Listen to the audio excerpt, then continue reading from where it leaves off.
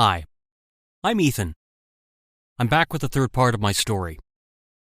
Last time, I told you about how Jody and I were planning to meet our supposed evil neighbors, Mr. and Mrs. Everett. Before I continue, though, don't forget to support me by subscribing to the channel. So Jody and I rang the doorbell of our neighbors. They didn't open the door for 5 minutes. When the door finally opened, a very simple-looking couple stood before us. They regarded us cautiously. "Hi, we're your neighbors," Jody smiled. "I'm sure they already knew that," I added. "We've seen each other around." "What do you want?" Mrs. Everett asked quite rudely. We just wanted to invite you for dinner tonight," Jody replied. "We're new here too, and we'd like to get to know you." "We can't leave our house, sorry," Mr. Everett said as he began closing the door. "Wait!" I exclaimed. "If you can't leave your house, then how about we come to your place?"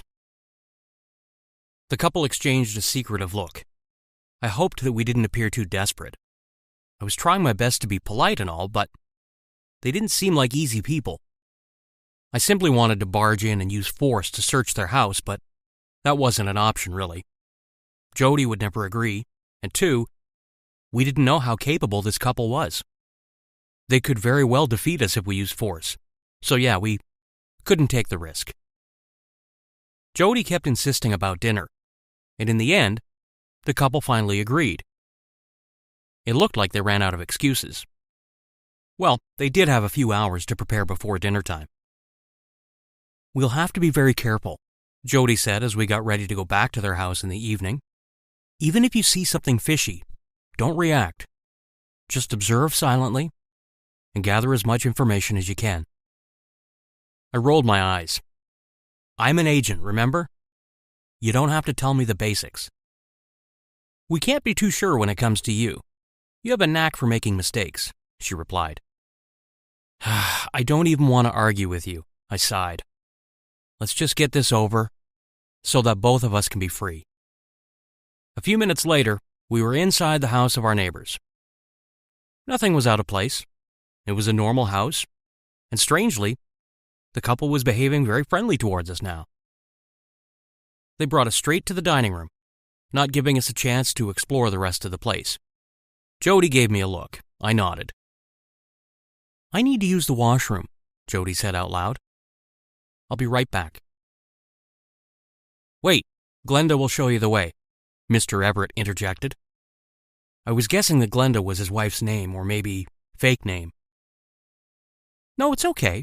I don't want to trouble you," Jody said with a smile. "Let Glenda go with you. I insist," Mr. Everett said sternly.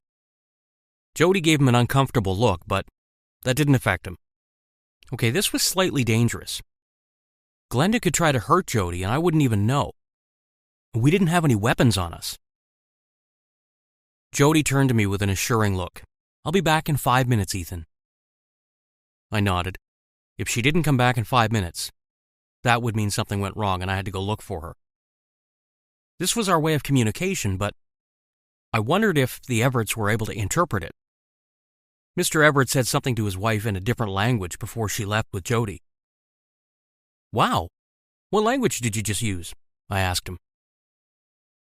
Instead of replying, he just changed the subject. I expected as much.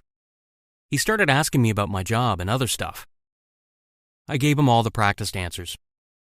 I had no idea whether he was buying it or not, but it's not like I had any other choice. "Why did you suddenly decide to talk to us?" he asked seriously. "Oh, we just wanted to be on friendly terms with our neighbors," I said. "We don't know many people here, so..." I trailed off. "It's weird that you suddenly wanted to be on friendly terms. What were you doing before this? You've been around for long, but you never attempted talking to us." How was I supposed to answer that? He was definitely suspicious. "Jody and I were sorting out some things with our family," I quickly said. "You know, our parents are against our marriage, so we had to face a bit of a problem on that side." He didn't say anything after that. Thankfully, Jody came back in one piece. The dinner was served, and the couple left us for a few minutes. "Please, Start eating. We'll be back in a few minutes, Mr. Everett said as he left with his wife.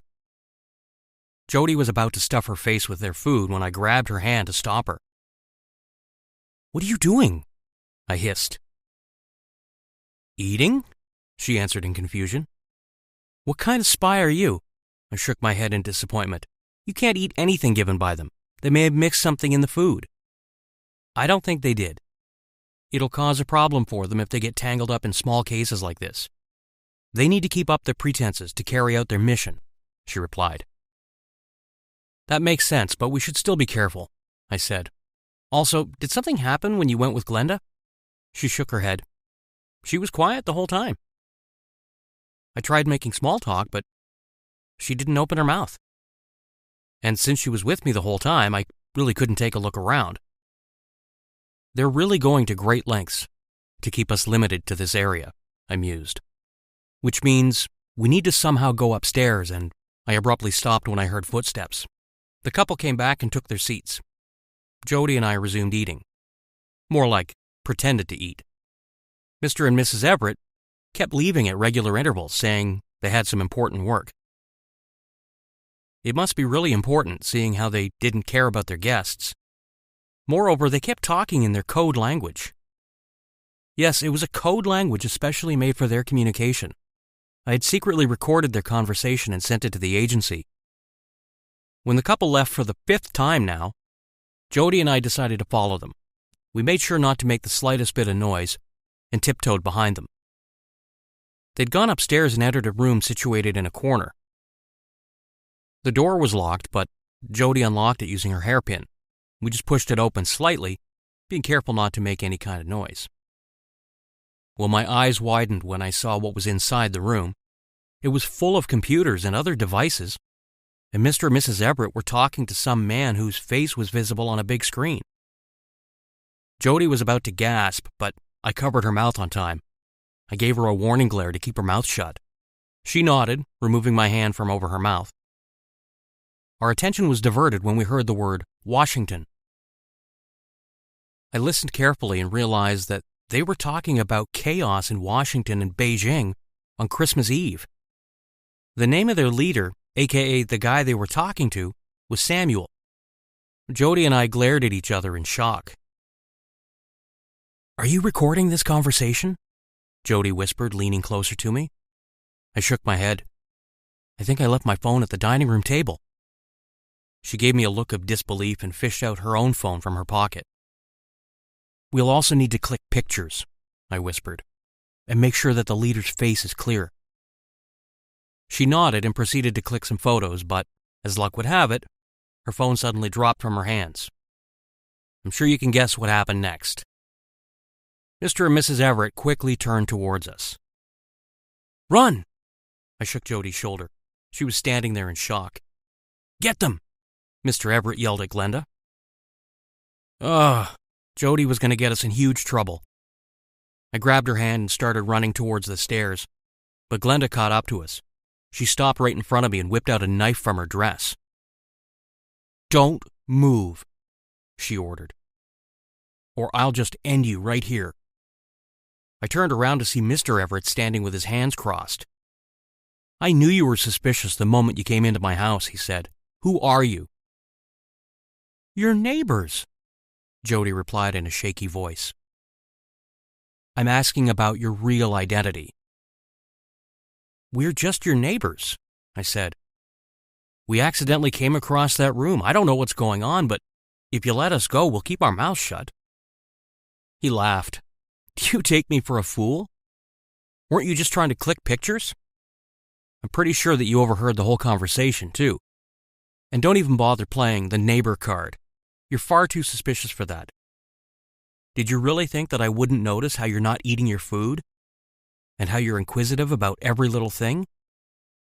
You walked into danger willingly, so get ready to face the consequences." "Glenda, tie them up," he ordered and turned around to leave.